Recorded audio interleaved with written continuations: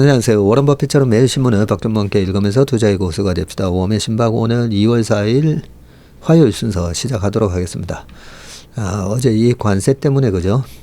난리였었는데 하루 만에 2월 4일부터 시행한다라고 했었기 때문에 야 설마 진짜 때리려나? 그렇게 우리가 선거 이후에 네, 저렇게 공약대로 안 할 거야. 뭐 저도 그렇게 생각을 했고요. 그러면서 트럼프 1기 때 실제로 중국에 부과했던 관세가 처음에는 뭐 60% 얘기하다가 25% 정도로 마무리가 됐었기 때문에 이번에도 그렇게 세게 안 때릴 거야. 동맹국에 대한 관세, 뭐 보편 관세 이런 거 안 할 거야 라고 생각을 했다가 나 진짜 할 건데 막 이렇게 하는 바람에 세계가 깜짝 놀라서 시장이 네, 폭락이 오는 이런 모습이 있었지만 하루 만에 네, 또 빠르게 바뀌었습니다. 그러면서 한 달 유예를 줬죠. 캐나다, 멕시코 양쪽 다 한 달 유예를 주면서 그래 약속하는 거 전화 통화로 약속한 거 실제로 시행하는지 내가 보고 그러면 완전히 철폐하든지 할 텐데 아직은 정확하게 그걸 못 믿겠으니까 한 달 뒤에 보자. 네, 이런 식으로. 그래서 트럼프가 목적으로 하는 것들을 얻기 위해서 관세를 활용하는 거지 않습니까? 그죠? 자, 이와 관련된 부분, 어쨌든 하루 만에 좀, 진정이 돼서 다행이고요. 주라기 님이 한국의 많은 기업들이 해외 진출하면서 내수 진작을 기대하기 어려울수록 개인들은 부동산에만 관심을 가지는데 이제는 금융시장에 관심을 가지고 금융 공부를 열심히 해야 할 때라고 생각합니다. 이에 채슬리TV는 가장 많은 기여를 하는 듯 합니다. 감사합니다. 아유 감사합니다. 많은 좋은 말씀을 또 해주셨습니다. 네. 또 어떤 분이 의적이라고 하신 분이 세계 각국은 미국의 모든 물건을 팔지도 사지도 말자. 미국은 제조 실설이 없기에 1년만 수출 안 해도 미국은 큰 파동이 일어날 것이다. 그리하면 트럼프도 탄핵될 것이 확실하다. 네, 좋은 아이디어긴 한데요.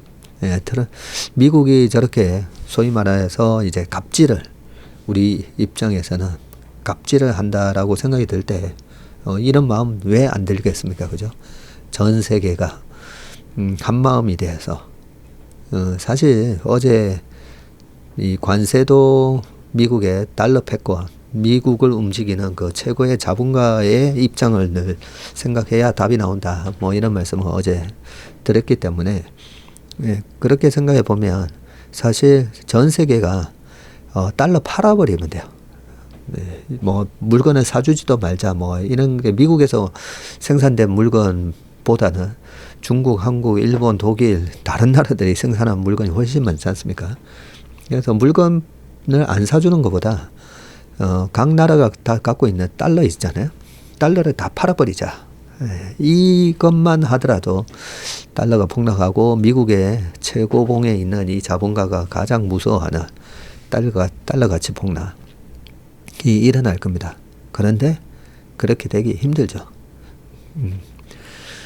그래서 어쩔 수 없습니다. 어쩔 수 없고 지금은 우리 입장에서는 실리를 챙겨야 되고 실리를 챙겨야 되는 입장에서 지금 자본주의 그런 걸 갖다가 뒤집어 엎자라고 했던 게 마르크스부터 시작해가지고 공산혁명 네, 이런 걸 하려고 했는데 그게 안 되잖아요. 그리고 공산주의 이념 자체가 실제로 공산주의 국가들을 보면 인간들을 게으르게 만들고 그죠? 그리고 시장의 기능에 의해서 이렇게 발전해 나가는 건데 국가가 어떤 한 사람이 뭐 통치한다고 해가지고 네, 그 수많은 시장의 기능을 어떤 정부나 한 사람이 그걸 이길 수가 없습니다. 그래서 결국은 인류 문명의 발전이 이 자본주의식의 자유경쟁 시장 체제 속에서 자본주의가 발전하면서 지금과 같은 인류 문명이 발전했기 때문에 그래서 우리가 이 자본주의에서 어떻게 하면 우리가 경제적 자유를 얻을 수 있고 이 자본주의를 통해서 우리도 잘 사고 내 주변 사람도 잘 살게 만들어주는 그런 게 필요합니다. 그래서 재테크를 해야 되고요. 우리가 투자를 하는 데 있어서 반자본주의적인 생각을 가지고 계신 분들이 좀 많잖아요. 보면 주변에도 보면 반자본주의적인, 절대 투자는 뭐 투자뿐이겠습니까? 지금 정치, 경제, 사회 모든 전반에 걸쳐서 이 자본주의를 이해하지 않으면 안 되고요. 근데 착한 자본주의, 좀 따뜻한 자본주의가 돼야 되죠. 그거는 모든 자본가들이 그러지는 않지만 분명히 이 최고봉에 있는 분들은 다들 보면 좀 따뜻한 이 자본주의들 실천을 하고 계신 분들이 꽤 많습니다. 그래서 자본주의가 무너지지 않는다고 생각합니다. 이 마르크시즘에 의하면 그 이후에 나온 뭐 공산주의 여러 가지 이론들 많잖아요. 결국은 노동자들을 착취한 자본가들이 그 물건을 팔아먹어야 되는데 노동자들이 소득이 없기, 소비할 수 있을 만한 충분한 소득이 없기 때문에 결국은 몰락한다. 뭐 이런 식으로 해서 자본주의가 몰락한다고 했지만 그렇게 안 됐잖아요. 그죠? 야, 이거 이 얘기 왜 나왔죠? 이 얘기 하다 보면 한도 끝도 없을 건데. 네, 그래서 결론은 미국도 실리주의를 취하고 있듯이 우리도 지금의 자본주의의 패권은 미국이 쥐고 있고 그 미국하고의 이 동맹관계를 잘 우리가 이용을 해서 우리나라 국익과 우리나라의 국민들이 잘 살 수 있는 방향으로 각자의 자리에서 최선을 다해야 되는데 이 자본주의의 꽃이 주식시장 아니겠습니까? 그래서 주식 투자를 어떻게 하는 게 맞는지 31년 동안 이 업계에서 이 섬에서 나름대로 제 생각들 많이 말씀드리겠습니다. 제 생각이 다 맞지는 않으니까요. 우리 채슬리로부터 우리의 장점 잘 습득하시고 또 다른 경제 채널에서 또 훌륭한 분들 많으시잖아요. 네, 그렇게 하셔가지고 이 자본주의를 잘 이용하셔가지고 따뜻한 자본주의를 실천하시는 그런 자본가들, 자산가들 다 되시길 바라겠습니다. 자, 그러면 기사를 읽어보도록 하겠습니다. 자, 오늘은 테슬라 기사도 있고 카카오 기사도 있고 뭐 많은 기사들이 있는데 일단 내수가 안 좋아가지고요. 요 얘기부터 먼저 좀 하도록 하겠습니다. 참 안타까워요. 제가 요즘 웬만하면 거의 이제 밖에서 외식을 하는데 밥 먹을 때마다 참 우리나라 식사값이 너무 싸다 그렇게 생각합니다. 이 얘기도 하면 너무 길어질 것 같은데 여의도 제가 있는 여서여의도에 보면 가끔씩 오셔가지고 식사하시는 분들이 가격표 보고 깜짝 놀라거든요. 되게 싸다라는 이런 얘기를 많이 하십니다. 지난주 주말에 신문기사에 보면 10년 동안 짜장면 값이 거의 뭐 70% 오르면서 제일 많이 오른 것 중에 하나다 라고 돼 있었고요. 커피 값이 한 40% 올랐고 뭐 등등 물가 이렇게 나오는데 우리가 체감하는 물가 수준에 비해서 식사 값이 저는 좀 덜 올랐다고 생각합니다. 덜 올랐다고 생각하는데 왜 그럴까 생각해보면 너무 공급자가 많아서 그래요. 그 미국이나 유럽이나 이렇게 가보면 식당이 우리만큼 이렇게 많지는 않습니다. 근데 우리나라 국민들이 워낙 성실하다 보니까 직장에서 직업을 잃으시거나 이랬을 때 나와서 항상 새로운 걸 또 하시거든요. 네, 치킨집을 하든 식당을 하든 커피숍을 하든 편의점을 하든. 그래서 제가 보면 공급과잉이에요. 식당이 공급과잉입니다. 그래서 가격을 못 올리는 거예요. 그런 거 보면 좀 안타깝습니다. 이 헬스장도 마찬가지죠. 주변에 보면 헬스장이 너무 많아요. 자, 일단 기사를 읽어보겠습니다. 매물로 나온 운동기구 헬스장 폐업 최대. 지난해 소매 판매가 2.2% 줄면서 2003년 이후 가장 큰 폭으로 떨어진 가운데 작년 헬스장 폐업 수도 통계 집계 이후 가장 높은 수치를 기록했다. 네, 사진은 용인시에 위치한 헬스 용품점에 중고 운동기구가 쌓여 있는 모습입니다. 자, 안타깝죠. 그래서 우리 워메신마 애청자 가족 여러분들도 내가 뭔가 새로운 걸 한번 해볼까 이렇게 생각하실 때 절대 진입 장벽이 낮은 거 하시면 안 됩니다. 치킨집 같은 경우에도 보면 프랜차이즈 5천만 원만 있으면 뭐 이렇게 지원을 해주고 쉽게 차릴 수 있는 거 있잖아요. 내가 기술이 없어도 할 수 있는 거. 다른 사람도 다 똑같은 상황이 되는 겁니다. 내가 기술이 없어도 프랜차이즈에서 도와주고 하니까 쉽게 할 수 있어 보이잖아요. 예, 다른 사람들도 다 똑같습니다. 그래서 진입장벽이 낮다라는 거거든요. 그래서 절대 쉽게 뭔가 할 수 있는 거를 하시면 안 됩니다. 그것보다는 주식 투자하시는 게 낫습니다. 솔직히 주식 투자하시는 게 나아요. 보면 저도 예전에 식당 투자했다가 쫄딱 망했다 했잖아요. 영업이익률, 우리가 주식은 영업이익률, 어제 뭐 팔란티어 실적 나오면서 35%였다가 영업이익률이 또 45%대로 점프했잖아요. 얼마나 대단합니까? 물건을 팔아서 영업이익률이 뭐 30%, 40% 나온다는 게, 우리도 그러고 싶잖아요. 우리도 가게를 차려서 장사를 그렇게 하고 싶잖아요. 근데 그러기 힘듭니다. 특히나 이렇게 진입장벽이 낮은 업종은 들어가면 플레이어가 너무 많아가지고 어려워요. 그렇기 때문에 주식, 영업이익률이 높고 확고한 경제적 혜자를 갖고 있는 그런 기업들 잘 분석해서 트럼프가 관세 때린다, 아니면 페드가 금리를 마구마구 7%까지 올릴 수 있다, 이런 공포스러운 국면에서 영업이익률이 높은 회사를 싸게 사는 거, 네, 그거 하나만 습관을 들이셔도 자영업 하시는 것보다 훨씬 낫습니다. 지금 자영업을 안정적으로 하시는 분들한테 말씀드리는 게 아니라, 네, 새로운 거 내가 나가서 뭔가를 쉽게 할 수 있다라고 하는 거, 그런 거 하나 하시는 것보다 주식 투자하시는 게 훨씬 낫습니다. 오늘 자꾸만 3,000% 빠지네요. 큰일 났네. 자, 기사 읽지도 않고.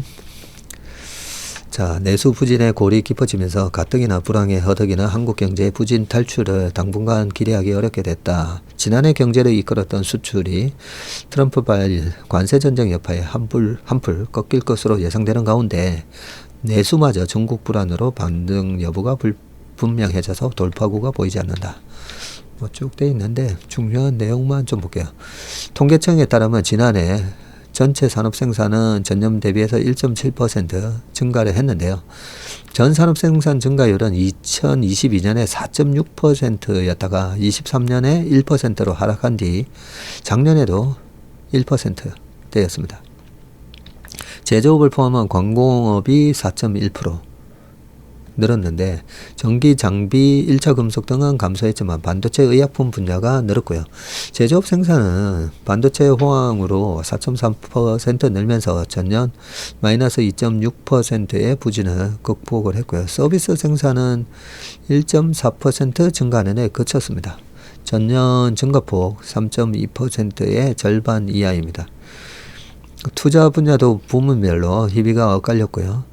설비 투자는 반도체 제조용 기계 등 기계류와 운송 장비에서 모두 늘어서 4.1% 증가를 했네요. 반면에 건설 경기를 나타내는 건설 기성은 4.9%나 줄었습니다. 2021년 마이너스 6.7%. 요때 코로나 때문에 그랬는데, 그죠? 이후 최대 감소폭입니다. 생산과 투자가 선방했지만 소비는 2.2% 감소하면서 3년 연속 뒷걸음질 쳤고요. 95년 통계를 집계한 이래 최장기간 마이너스 행진입니다. 고용노동부에 따르면 지난해 상반기 상용 근로자 1명당 월 평균 실질 임금은 354만 3천 원으로 1년 전보다 15,000원 오히려 감소했네요. 자, 장기간 불황이 이어지고 소비자들의 지갑마저 얇아지다 보니까 소비 심리가 뚝 떨어지고 유통업계에는 직격탄을 맞고 있습니다. 지난해 폐업 신고를 한 통신 판매 업체, 인터넷으로 가구, 가전, 식품, 의료 등을 판매하는 업체가 총 9만 5천 곳 정도 됐고요. 사상 최저치를 기록했던 작년 7만 8천 곳보다 1만 6천 곳이나 급증했네요. 20%나 늘었습니다. 대형 유통사도 예외가 아니고요.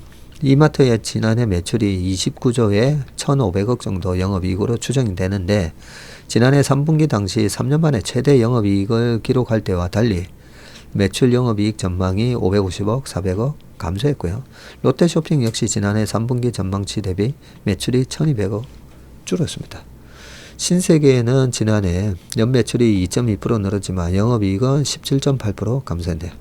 면세점 주요 업체 4곳은 모두 지난해 적자를 기록할 것으로 보이고 지난해 3분기까지 면세점 4개사의 누적 적자가 1,350억에 달한다고 합니다. 김정식 연세대 경제학부 명예교수는 탄핵 정국과 트럼프 리스크로 부진한 경기와 소비 심리를 되살리기 위해서는 단기적인 정책을 고려해야 한다면서 추경 편성과 대출 규제 완화, 부동산 거래세 감축 등을 통해서 가처분 소득을 보전할 필요가 있다고 지적을 했습니다. 네, 이렇게 돼 있는데요. 가처분 소득을 보전할 필요가 있다라고 돼 있지 않습니까? 그죠? 지금 가처분 소득을 줄이는 것 중에 하나가 세금 플러스 각종 그런 국민연금 뭐 개혁한다고 해가지고 좀 더 내고 덜 받자 뭐 이러면서 현재의 소득에서 또 미래의 소비를 위해서 또 그걸 갖다가 연금 보험료를 올리고 뭐 이런다 하잖아요. 그러면 더더욱이나 내수가 죽게 돼 있습니다. 그래서 참 여러 가지 복잡한 문제가 많은데 일단 당장 이 내수 살리기를 하기 위해서는 제가 봤을 때는 그 상속세 증여세에서 증여세부터 먼저 낮추는 걸 하면 효과가 있을 거라는 거죠. 증여세를 상속세보다 증여세가 낮으면 증여를 좀 더 빨리 하려고 할 거 아닙니까? 그죠? 그렇게 해서 증여세를 낮춰주면 그러면 지금 저희 뭐 부모님도 마찬가지지만 지금 70대 80대 분들이 부동산을 가지고 계신 부분을 그걸 갖다가 또 어떻게 그걸 소비로 연결을 못 시켜요. 그런 상황에서 이게 증여세를 뭐 한 30% 정도까지 낮춰주면 그러면 소비는 저도 이제 애들이 다 졸업을 했지만 40대에 돈이 얼마나 많이 들어갑니까? 네, 이러면 또 이제 댓글에 30대 저희도 돈이 많이 들어갑니다. 맞습니다. 30대, 40대. 네, 애들 한 명이든 두 명이든 결혼해서 애를 낳고 나면 돈이 뭐 무지막지하게 들어갑니다. 그죠? 그렇게 소비를 할 수 있는 쪽으로 부의 이전이 일어나야 되거든요. 부모님들은 그렇게 사실 그렇게 열심히 일을 하신 이유가 다 자식들 나중에 자식들 교육시키고 나중에 자식들한테 집 살 때 조금이라도 좀 보태주려고 그런 마음으로 그동안 사셨잖아요. 근데 지금 20세 이상 성년 경우에 10년에 5천만 원인가요? 10년에 5천만 원인가? 뭐 그렇지 않습니까? 그죠? 그럴 게 아니라 뭐 얼마 전에 뭐 5억까지 올린다 어쩐다 했었는데 지금 그 기성세대, 저도 기성세대인데 이제는 위에 분들이 돈이 필요한 밑에 세대한테 증여를 쉽게 할 수 있게 만들어서 소비가 좀 더 활발하게 일어나게 해야 됩니다. 이런 얘기하면 뭐 한도 끝도 없기 때문에 말씀을 드렸고요. 자, 두 번째 기사 보겠습니다. 카카오 얘기를 먼저 보겠습니다. 테슬라 얘기는 제일 마지막에 할게요. 얼마 만에 켜진 빨간불인지 카카오 반등에 177만 개미 두고 카카오 주주가 177만 명이나 되시군요. 한번 읽어보겠습니다. 얼마 만에 켜진 빨간불인가요? 13층 구조대가 오고 있어요. 카카오 종목 토론방에서 이런 얘기가 나오나 봅니다. 속절없이 추락하던 카카오 주가가 올해 들어서 처음으로 4만원 선을 회복하자 개인 투자가들이 부푼 기대감을 드러내고 있다. 특히 중국발 딥시크 여파에 이어서 미국발 관세전쟁 충격 속에서 국내 증시가 급락한 가운데 선전에 주목받는 모습인데, 딥시크 수혜주로 분류된 데다가 챗GPT 개발사 오픈 AI와의 협력 기대감이 주가 상승으로 이어졌습니다. 네, 어제같이 험악한 장에 9% 올랐습니다. 9%. 41,800원. 주가가 4만원을 넘어선 건 지난해 12월 24일 이후 한 달여 만이고요. 전날 코스피가 2.5% 급락한 것과 비교하면 돋보이는 수익률입니다. 카카오는 지난해 각종 사법 리스크와 부진한 실적, AI 경쟁력 약화 우려 등의 주가가 약 30% 빠지며 3만원대로 추락을 했었는데, 자, 원조 국민주로 불렸던 카카오의 소액주주 수도 감소 추세를 보였고, 소액주주 수는 지난해 6월 179만 명에서 9월 말에 177만 명으로 소폭 줄었다가 줄었네요. 주가가 17만원대까지 치솟았던 지난 21년 소액주주 수는 200만 명에 육박했으나 점차 비중이 줄어들고 있는 모양새다. 최근 강세는 얼트만 CEO가 방한해서 카카오와 전격 동맹을 맺을 것이라는 소식이 호재로 작용을 했고요. 얼트만 CEO는 이날 오전 서울 중구 더 플라자 호텔에서 열리는 카카오 행사에 참석해서 정신화 대표와 함께 AI 사업 협업을 발표할 것으로 알려졌습니다. 여기에 저비용 고성능 AI 모델을 발표한 중국 스타트업 딥시크의 등장으로 AI 소프트웨어 업종들이 수혜를 받을 것이라는 전망에 기대감이 모아졌고, 김소혜 하나증권 연구원은 딥시크 모델 공개 이후 성능과 비용에 대한 갑론을박이 오가고 있는 가운데 이 인프라를 기반으로 수혜를 볼 기업들에 주목해야 한다. 네. 요 부분이 핵심이죠. 네. 올해 주식시장은 미국이나 한국이나,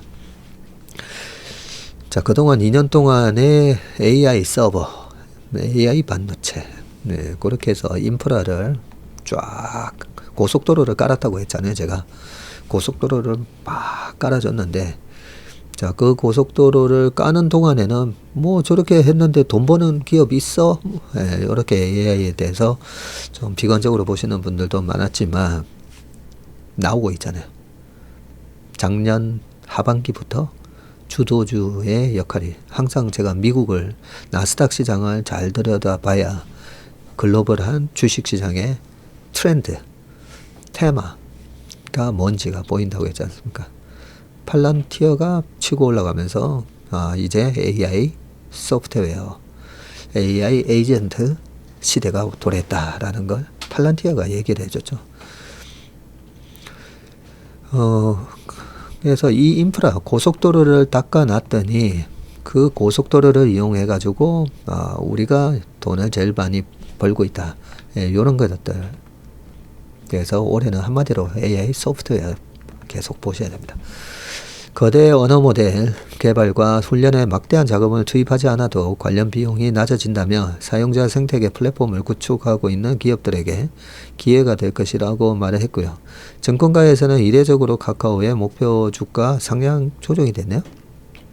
한투증권이 45,000원에서 49,000원으로 올렸는데, 정호윤 연구원이 딥시크는 AI 업계, 특히 국내 기업과 같은 후발주자들에게 낮은 비용으로도 고성능의 언어 모델을 개발할 수 있다는 가능성을 던져줬고, AI 시장 개화에 대한 기대가 커지면서 국내 기업들이 해당 트렌드에서 피해자가 될 것이라는 우려가 컸으나 상황이 변화했다는 것이 점이 핵심 포인트라고 짚었습니다. 잠깐만, 이걸 읽다 보니까요, 얼마 전에 네이버에서 네이버 프리미엄을 통해서 뭐 넷플릭스를 볼 수 있다, 이런 광고를 본 것 같은데, 어떻게 보면 카카오가 뭐 지금도 카카오 많이 쓰시잖아요. 그죠? 네, 카카오가 없으면 이 사회생활 하기가 힘들어집니다. 뭐 모임을 하든 다 카카오로 공지도 하고 투표도 하고 그러니까요. 그래서 혹시 그런 걸 하려고 하나? 지금 챗GPT를 카카오로 딱 들어가서 챗GPT를 바로 연결해서 쓸 수 있게. 굳이 카카오가 따로 AI를 개발하는 것보다 그렇네요. 애플이 AI 개발에 좀 뒤처진다 해서 애플 주가가 조금 안 좋다가 나중에는 엔비디아한테 역전도 되고 막 그랬었는데, 결국은 애플은 한 30억대가 되는 애플 생태계에서 이 AI 소프트웨어를 뭐 딥시크가 됐든 뭐가 됐든 우리 기기에서 다운받아 가지고 하고 거기서 발생하는 매출이 서비스 매출로 잡히면서 거기서 뭐 톨비 받아가듯이 고속도로를 쫙 깔아놨는데 톨비 받아가는 그런 기업이 삔 거잖아요. 애플 같은 게.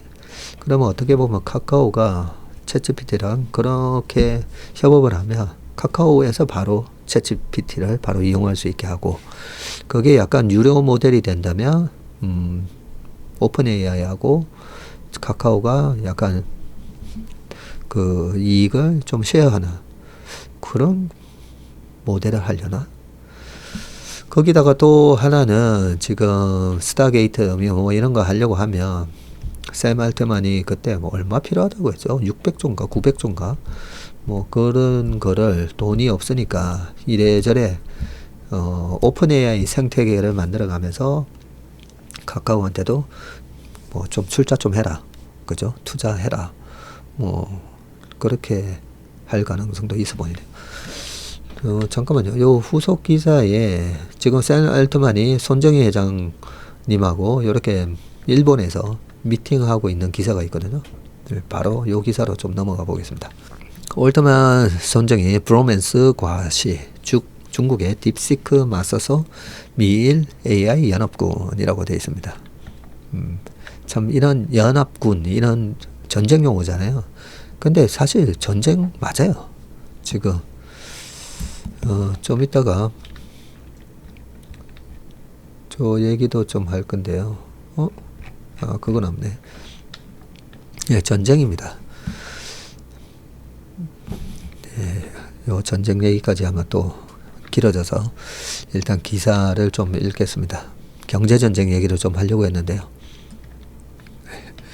자, 일본을 방문 중인 샘 얼트만과 손정희 회장, 그리고 오른쪽이 이시바 시게루 일본 총리, 네, 3일 도쿄 총리관제에서 만나 함께 사진을 찍고 있다. 이렇게 손을 쫙 모으고 중국산 가성비 AI 딥시크의 등장으로 위기에 몰린 샘 얼트만이 3일 일본을 찾아서 이시바 시게루 일본 총리와 손정희 회장을 만났고요. 알트만은 일본을 시작으로 한국과 인도를 거쳐서 독일, 프랑스 등 유럽 국가들을 방문해서 AI 연구와 데이터 센터 등 관련 인프라스트럭처 협력을 논의할 예정입니다. 오픈 AI가 미국 AI 분야를 선도하는 기업인 만큼 얼트만의 해외 순방은 우방국들과 협력해서 미국 중심의 AI 생태계를 강화하려는 시도라고 해석이 나오고, 얼트만과 손 회장은 이날 AI 인프라 투자 계획인 스타게이트의 일본판도 발표했는데, 스타게이트는 소프트뱅크와 오픈 AI, 오라클 등이 최대 5천억 달러를 투자해서 미국 전역에 데이터 센터를 구축하는 프로젝트인데, 이 데이터 센터가 구축이 되면 미국의 AI 인프라 수준이 크게 향상되면서 AI를 학습하거나 사용하는 데 드는 비용이 크게 낮아질 것으로 예상이 되죠. 이날 오후 오픈 AI와 소뱅은 운수, 제약, 금융, 제조, 물류 등 분야에서 500여 개 기업이 참여한 가운데 기업용 첨단 AI 서비스를 세계 최초로 일본에서 시작한다고 밝혔습니다. 이를 위해서 양사는 생성형 AI 합작 회사인 SB 오픈 AI 재팬을 설립한다고 발표했고요. 신설 회사에는 소뱅의 통신자 회사인 소프트뱅크와 오픈 AI가 50%씩 지분을 출자하네요. 일본에서는 이런 식으로 연합군을 이런 식으로 만들었네요. 그죠? SB 오픈 AI 재팬. 자, 합작법인은 기업의 실시간 데이터를 활용해서 기업용 생성형 AI를 만들고 AI 모델을 진화시키려면 데이터가 필요한데 일본 기업들이 축적해온 데이터와 전문 지식 등을 활용할 수 있을 것으로 기대하고 있다고 합니다. 행사 이후에 도쿄 총리관저에서 이시바 시게루 총리를 예방했는데 이시바 총리는 면담에서 일본의 AI 보급은 미국이나 중국에 비해 턱없이 부족하다면서 일본과 미국이 AI 분야에서 협력을 심화해 세계가 풍요롭고 안전하도록 노력할 것이라고 했습니다. 소뱅은 현재 일본의 AI 데이터 센터 건립을 진행하고 있고 지난해 매입한 오사카 부사카이시에 있는 오사카부 사카이시에 있는 샤프 LCD 패널 공장 묘지에다가 AI 전용 데이터 센터를 짓고 2026년에 가동한다는 계획입니다. 오픈 AI의 주주 중 하나이기도 하다. 그리고 얼터만은 일본 방문을 마친 뒤 오늘 한국 와서 그 다음에 독일 이렇게 해외 순방을 이어갈 예정이고 이어서 인도 뉴델리에서 주요 투자자들과 회동을 하고 7일에는 베를린 공대에서 열리는 AI의 미래 행사에 패널로 참석을 한다고 합니다. 이어서 데미스 허사비스 구글 딥마인드의 CEO와 다리오 아모데이 엔스로픽 CEO 등과 함께 파리에서 열리는 AI 서밋에 참석할 예정이군요. 이후 두바이에서 열리는 세계 정부 정상회의에도 참석한다고 하네요. 자, 얼타만이 일본, 한국, 유럽 등을 방문하는 것은 투자 유치와 기술 협력 등을 통해서 중국에 대항할 AI 연합을 구축하기 위한 것으로 보이고 엔비디아, 구글을 필두로 한 미국의 막강한 AI 하드웨어, 소프트웨어 생태계와 일본, 인도의 자금력, 한국의 반도체 제조 역량 등을 결합해서 중국을 압도하겠다는 전략이라는 해석이다. 얼터만은 순방에서 다수의 투자자를 만나며 자금 조달 얘기 나오네요. 자금 조달에 나설 것으로 예상되는데 오픈 AI는 최대 400억 달러 규모 투자 유치를 추진 중이네요. 얼터만은 앞서 미국에서 정책 결정자들과 딥시크 사례가 스타게이트 프로젝트의 필요성을 부각한다고 강조를 했습니다. 얼터만은 AI 전용 기기와 자체 AI 전용 반도체를 출시하겠다고도 했네요. AI 전용 기기에 대해서는 협력을 통해서 할 것이고 AI는 컴퓨터와 접하는 방법을 근본적으로 바꾸기 때문에 새 단말기가 필요하고 음성 조작이 관건이 될 것이다. 이제는 그냥 이렇게 막 타이핑 하는 게 아니라 그냥 말로 그죠? 네, 샘 알트만의 앞으로의 순방 일정에 대해서 좀 알려줘 하면 쫙 나오고 아이언맨에 나왔었던 이 자비스하고 막 대화하듯이 그런 방식으로 아마 진행이 될 거다라고 생각하는 것 같습니다. 아이폰을 디자인을 한 전 애플 디자이너 조나선 아이브와 손잡고 AI 기기를 개발하고 있으며 시제품이 나오는 데는 앞으로 수년이 걸릴 것으로 예상을 했습니다. 그리고 AI 반도체에 대해 상세한 언급은 피했지만 니케이는 데이터 센터에 자사 설계 제품을 사용하는 방안이 유력하다고 보도했네요. 오픈AI는 3일 챗GPT의 새로운 툴인 딥 리서치도 공개했고요.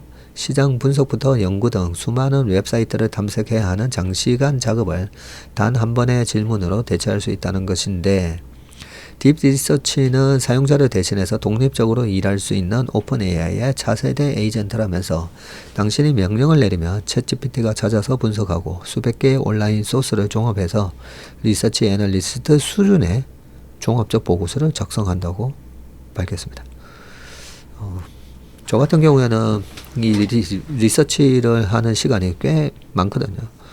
좀 제가 느리다 보니까 리서치 오는 것도 하는데 되게 느립니다. 좀 보면. 근데 요즘은 그냥 챗GPT나 이런 데다가 바로 물어보면 일단 쭉 나오고 거기에 이제 소스도 같이 나오니까 소스 딱 클릭해 보면 그죠? 그런 웹사이트나 이런 데로 연결이 됐다 보니까 이런 쪽의 기술 개발이 이제는 나라별로도 확산이 되고, 어떻게 이 합종 연행이 이어지면서 이 연합군들이 얼라이언스, 그죠? 뭐 해운도 얼라이언스 있고 비행기도 보면 다 얼라이언스가 있잖아요. 이쪽도 AI 쪽도 지금 이제 얼라이언스를 만들려고 서로 이렇게 보는 거죠. 내가 누구랑 손잡을까, 그런 모양새인 것 같습니다. 뭐 딥시크 얘기가 나왔으니까 바로 중국. 여러 번 말씀드리지만 우리가 중국을 너무 폄하하고 중국을 무시하면 투자자로서 중국을 무시하면 그 대가가 굉장히 큽니다. 예전에 뭐 LCD 태양광 뿐만 아니라 LED, 저는 그걸 많이 겪었기 때문에 이번에 2차 전지도 마찬가지고, 그죠? 2차 전지가 저렇게 최근에 주가가 많이 빠진 이유는 결국은 중국 때문이에요. 그죠? 예. 그런데 중국 그 시장에 있어서 시장 경쟁 논리로 경쟁하는 거기 때문에 그걸 어떻게 할 수는 없지만 우리는 투자자잖아요. 투자자 입장에서는 그 산업 내의 경쟁 구도를 파악하는 게 제일 중요하다고 했잖아요. 그래서 그 경쟁 구도, AI도 마찬가지입니다. 이번에도 딥시크가 나오면서 깜짝 놀라서 뭐 엔비디아 주가 빠지고 막 이런 거 아니겠습니까? 그죠? 예, 그런 것처럼 계속 중국이 어느 정도 수준인가 계속 이렇게 체크를 해야 됩니다. 딥시크 같은 가성비 괴물 집결, 항저우, 중국, AI, 로봇, 굴기 이끈다. 중국 남동부의 저장성 항저우시가 중국 AI 로봇 굴기의 심장부로 떠오르고 있고요. 그동안 화웨이, BYD, 텐센트 등 1세대 테크들이 밀집해 있는 선전시가 중국판의 실리콘밸리로 불렸지만 앞으로는 가성비 AI로 전 세계에 충격을 안긴 딥시크를 포함해서 중국의 미래 산업을 이끌어갈 2세대 테크가 모인 항저우시에 주목해야 한다는 것이다. 자, 항저우가 어디 있는가? 여기 딱 또 지도로 잘 표시를 해놨네요. 그죠? 상해 바로 밑인가요? 그리고 선전시는 여기 있습니다. 홍콩 위에 붙어 있습니다. 2023년 창업한 딥시크가 저렴한 비용으로 오픈 AI, 챗GPT에 필적할 만한 AI 모델을 선보인 뒤 항저우시 소재 주요 스타트업에 많은 관심이 집중되고 있고요. 제일 먼저 주목받는 기업이 2016년 세워진 휴머노이드 로봇 업체 유니트리, 휴머노이드 로봇 업체네요. 지난달 29일 중국 CCTV가 생방송한 연례 춘제 갈라쇼에서 춘절 연환 만회에서 무용수 16명과 함께 군무를 춘 휴머노이드 로봇 16대가 바로 유니트리의 제품 H1이라고 합니다. 딥시크와 마찬가지로 유니트리의 최고 강점은 가성비인데 최근 출시한 H1의 업그레이드 버전 G1의 가격은 16,000달러, 2,300만 원인데요. 일론 머스크가 연내 생산하겠다고 한 휴머노이드 로봇 옵티머스의 예상 가격이 한 3만 달러, 4,400만 원인 점을 감안하며 절반가량 저렴합니다. 이게 중국 제품이 무서운 이유죠. 비슷하게 만들었는데 가격이 거의 절반. 네, 컴퓨터 인터페이스 분야 유니콘으로 성장한 브레인코도 항저우시를 대표하는 기업인데 2015년 설립된 이 회사는 AI를 기반으로 뇌파와 근육 신호를 인식해서 동작하는 의수, 의족 등의 로봇을 개발하고 있고요. 2017년 설립한 사족보행 로봇 전문 기업인 딥 로보틱스도 주목할 만한 기업으로 꼽히는데 세계 1위 CCTV 업체에서 선도적인 지능형 사물 인터넷으로 탈바꿈 중인 하이크 비전도 있다.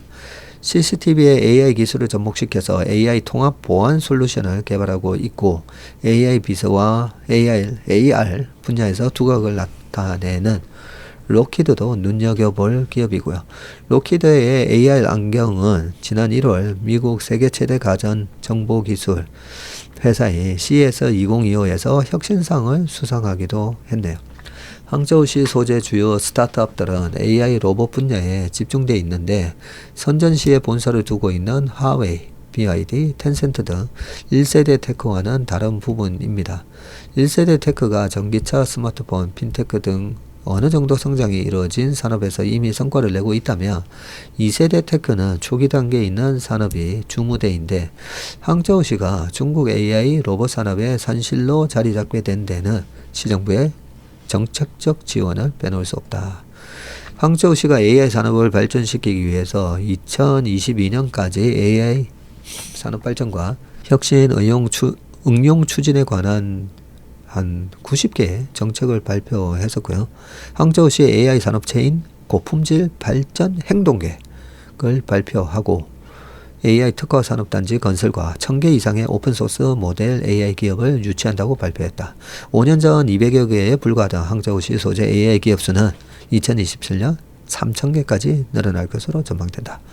자, 이것도 참 이 중국 관련 기사들 읽다 보면 여러 가지 투자 아이디어를 많이 얻을 수 있는데 AI가 빅테크 중심으로 막 돈질했잖아요.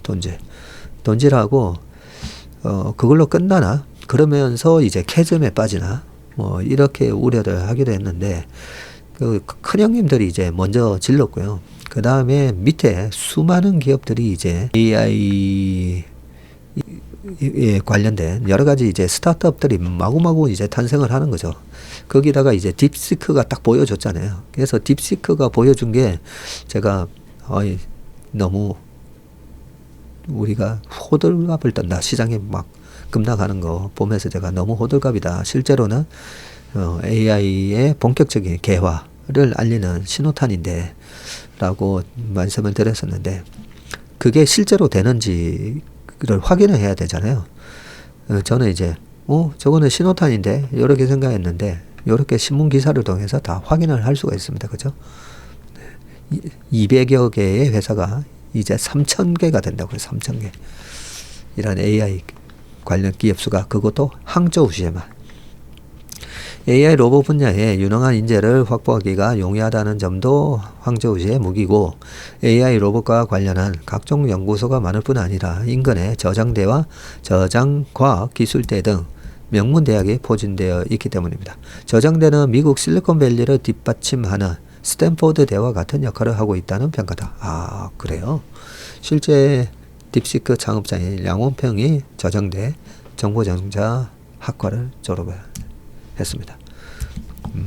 저장대가 약간 스탠포드, 우리나라의 카이스트 같은 학교군요. 자, 그 다음 기사는요. 이 기사를 제가 가져왔었네요. 자, 다시 뛰는 글로벌 경영, 삼성 오픈 AI 운명건 의기투합.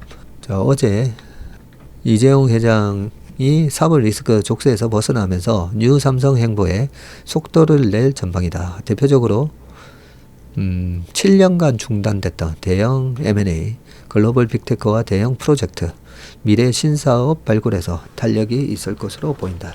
특히 전자업계에서는 이 회장이 큰 부담을 덜어낸 만큼 경영의 고삐를 바짝 쥘 것으로 내다보고 있는데 이 때문에 컨트롤 타워를 복원하는 것 아니냐는 전망이 우세했고요. 2017년 미래전략실을 해체한 뒤 현재는 각 계열사의 독립성을 유지하는 수준에서 업무를 조율하는 사업지원 TF가 운영되고 있고 예전처럼 대대적인 미래 성장 동력 발굴과 글로벌 전략 수립을 하지는 못하고 있는 셈인데 이에 대해서 김용석 가천대 반도체대학 석좌 교수는 삼성은 단기적으로 위기 상황을 해결하는 데 집중해야 한다면서 이를 위해서 이런 시일 안에 컨트롤 타워를 재건해야 한다고 설명했고요. 동시에 뉴 삼성 비전을 구체화하고 급변하는 AI 시대에 대응할 수 있는 혁신적인 미래 전략을 수립, 실행해야 한다고 말을 했습니다. 삼성은 그룹 의사결정 중심에 늘 컨트롤 타워가 존재했었는데 1959년 이병철 창업주가 참모를 모아 만든 비서실이 원년이고요. 연원이다. 원년? 1998년 외환위기 당시에는 구조조정본부로, 그리고 2006년에는 전략기획실로, 2010년에는 미래전략실로 바통을 넘겼고, 하지만 2017년 이 국정농단 사건으로 검찰 수사가 강화되자 오늘날 계열사별 자율경영 체제로 전환이 됐습니다. 다만 컨트롤타워 복원은 큰 방향이지만 옛 미래전략실과 같은 단순한 부활은 아닐 것으로 보이는데, 오늘날처럼 반도체, 디스플레이, 배터리를 비롯한 핵심 산업에 천문학적인 투자가 필요한 시기이기 때문에 무엇보다 빠른 기술 발전에 선제적으로 대응할 수 있는 중장기적인 딥테크 R&D와 트렌드 파악이 절실하기 때문이다. 또 다른 도전 과제는 미래성장 동력에 대한 재점검인데, 이 회장은 2018년에서 19년 뉴 삼성을 선언을 하면서 인공지능, 차세대 통신, 바이오, 전장 부품, 파운드리 시스템 사업을 삼성그룹의 5대 미래 사업으로 선정을 했었죠. 그때 기존 메모리 반도체 시장의 리더십을 유지하면서 시스템 반도체 파운드리 경쟁력을 강화하고, 삼성 바이오로직스의 바이오 의약품 위탁 생산 사업을 확장하면서 초고속, 초저지연, 초연결성 네트워크 기술을 확보해서 글로벌 사업을 확대하겠다는 보관이었죠. 또 차량용 사업으로는 인포테인먼트 시대에 대비하고 자율주행 기능을 확보한다는 구상, 이것 때문에 하만 카돈을 인수를 했었지 않습니까? 그죠? 특히 일제감치 AI 시대를 예감하고 글로벌 연구 거점에 인재 1000명을 확보해서 연구 역량을 확충한다는 밑그림까지 끝냈는데, 전자 최근 실적은 최근 들어 정체를 보이고 있고, 이거는 다 아는 얘기고요. 그죠?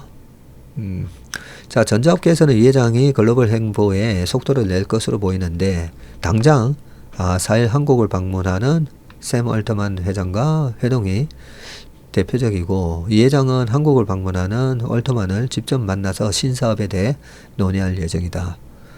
무죄 판결 후 첫 글로벌 행보이다. 그러면 아까 샘 얼트만이 AI 반도체를 직접 만든다, 이런 얘기도 있었잖아요.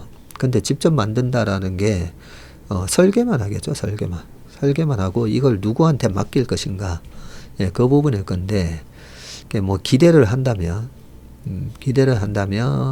일단 TSMC가 제일 잘하기도 하는데, 그쪽이 지금 물량이 꽉 차 있다면 그런 떡고물이 이제 삼성한테도 떨어질 건데, 삼성이 그동안은 기술력이 안 됐어. 그죠?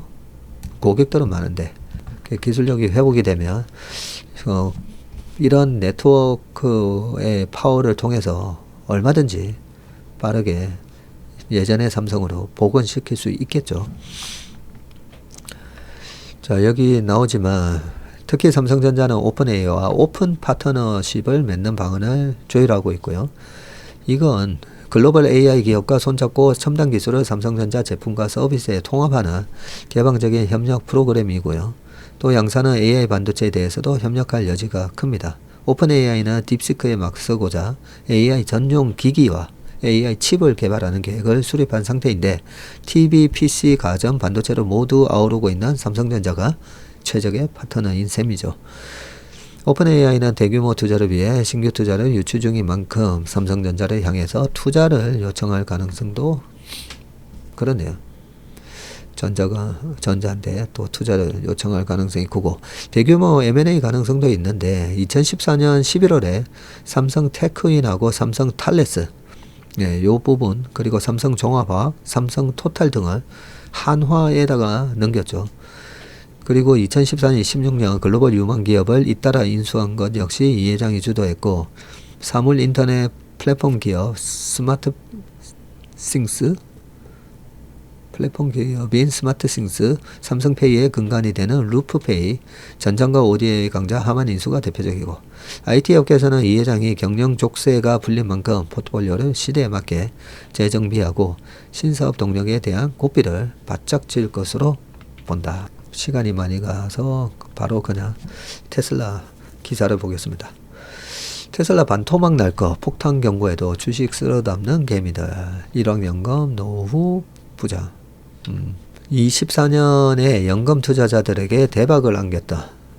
테슬라에 대해 과열 경고음이 잇따라 나오고 있는데, 월스트리트의 애널리스트들은 테슬라의 주가 급등이 실적과 무관하다고 지적하는데, 이 같은 경고에도 서학개미들은 올 들어 테슬라와 관련 상장지수 펀드를 1조 원 어치 넘게 사들이면서 일론 머스크에 대한 믿음을 놓지 않고 있다.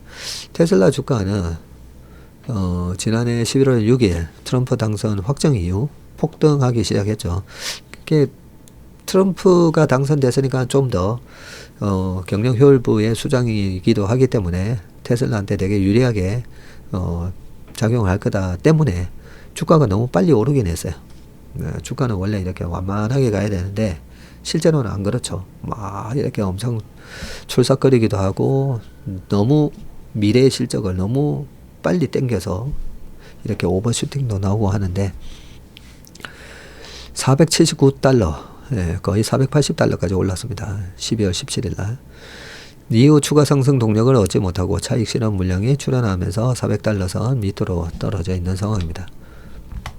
너무 많이 올랐기 때문에 떨어져 있는 거라고 생각하고요. 자, 여기 보시면 테슬라의 고객 인도 추이랑 테슬라 생산 추이 이렇게 나오는데,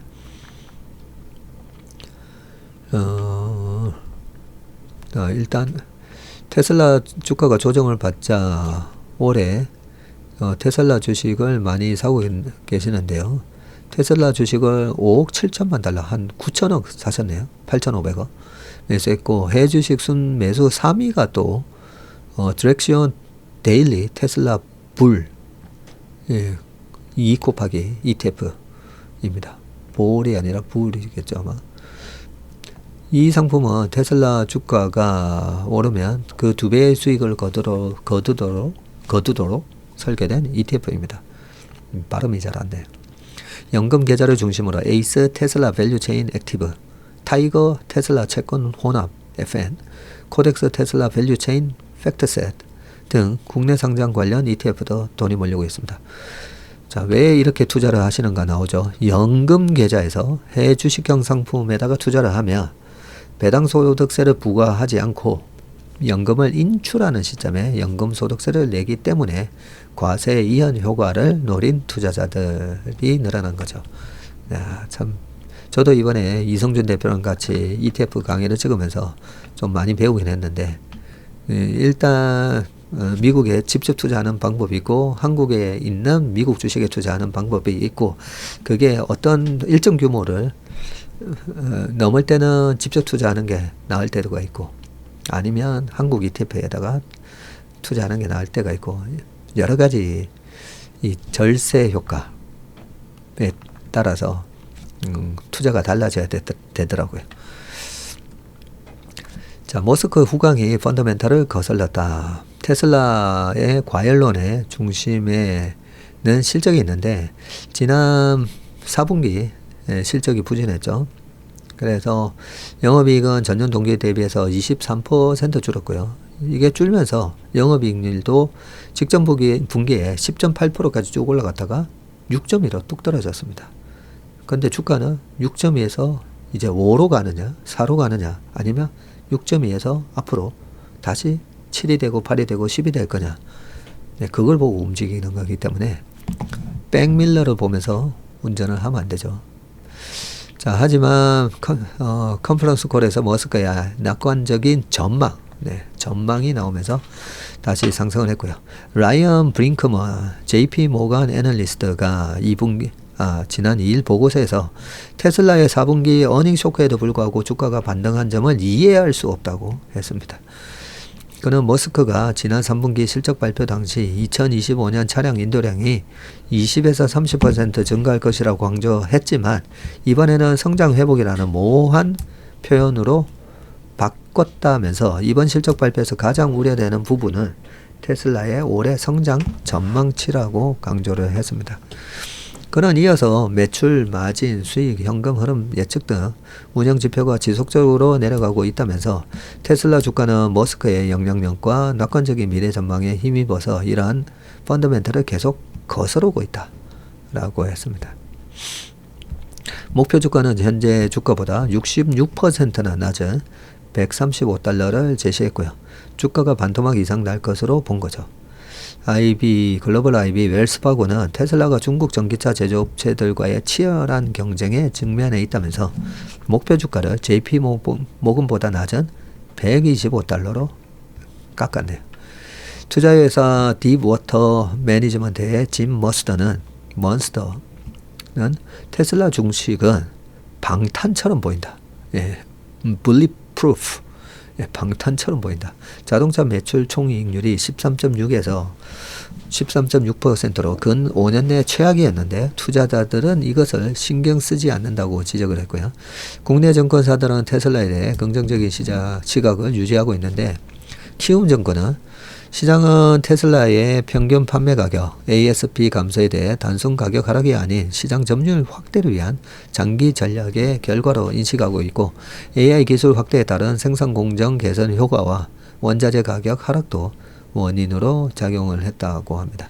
신영증권은 올해 2월부터 글로벌 생산을 개시하는 모델 Y 주피터와 저가형 모델이 양적 성장을 견인할 수 있다면서 올해는 2026년부터 2028년까지 막대한 성과를 위한 중요한 해가 될 것이라고 전망을 했습니다.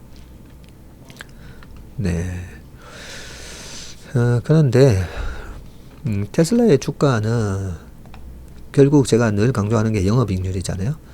2027년, 28년, 29년 너무 먼 미래에는 안 보더라도 당장 올해, 내년, 내후년 3년 성장주는 새로운 걸 혁신을 만들어가는 성장주는 제가 3년 뒤를 보고 판단을 하거든요. 혁신이라고 하는데 3년 뒤에도 뭔가 숫자가 나올 것 같지 않으면 안 삽니다.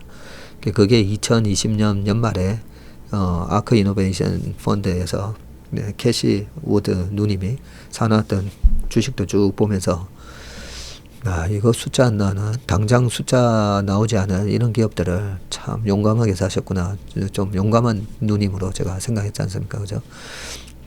근데 그러고 나서 한 2년 지나고 나서 팔란티어 주가 80% 급락하고 로블록스 이런 것들 뭐 다 급락을 한 상황에서 이제 딱 보니까 매출이 계속 꾸준히 이렇게 올라가는데 팔란티어도 한번 보세요. 80% 그렇게 넘게 빠졌다가 10불, 6불, 7불까지 빠졌었나요? 예, 그럼 빠졌다가 지금 4분기 연속 흑자 내면서 S&P 500에도 들어갔잖아요, 이번에. 예, 그래서 이 숫자가 나올 때부터 사도 되는데, 테슬라의 자율주행 지금 기술이 거의 레벨 3 정도 단계까지 올라와 있잖아요. 그래서 그 자율주행 소프트웨어 뭐 이런 부분들이 당장 그런 여러 가지 뭐 카메라 센서라든지 이런 걸 갖추고 있지 못한 차에다가 장착되지는 않겠지만 그 자율주행 소프트웨어가 결국은 팔란티어처럼 그런 폭발적인 실적을 3년 안에 보여줄 거라고 저는 생각합니다. FSD를 통해서. 그걸 생각하지 않고 지금 이 껍데기 하드웨어 이 부분을 얘기하는 거는 애플의 핸드폰 판매 동향만 보고 중국하고 지금 이렇게 좀 밀리고 있네 등등. 삼성전자가 2013년도에 핸드폰 1등 됐잖아요. 그걸 보면서 이제 하드웨어 핸드폰은 삼성이 1등이다 하면서 애플을 팔아야 된다. 이런 거랑 똑같은 거죠. 네. 아이고 시간이 너무 많이 지났습니다. 오늘 몸의 신박은 여기까지 하겠습니다. 날이 아주 춥습니다. 감기 조심하시고요. 행복한 하루 되시길 바라겠습니다. 고맙습니다. 안녕하세요. 저는 체슬리 투자자문의 박세익 전무이고요. 체슬리 투자자문 이승준입니다. 네, 많은 분들이 기다리셨던 ETF 강의 드디어 저희가 시작하게 되었습니다. ETF 강의를 위해서 우리 이승준 대표님과 그리고 최일호 상무, 박성구 매니저까지 맞습니다. 거의 한 달 넘게 야근을 하면서 심혈을 기울여서 자료를 만드셨기 때문에 이 강의만 들으셔도 ETF가 뭔지 어느 정도 이 투자에 대한 감을 잡으실 수 있다라고 생각을 합니다.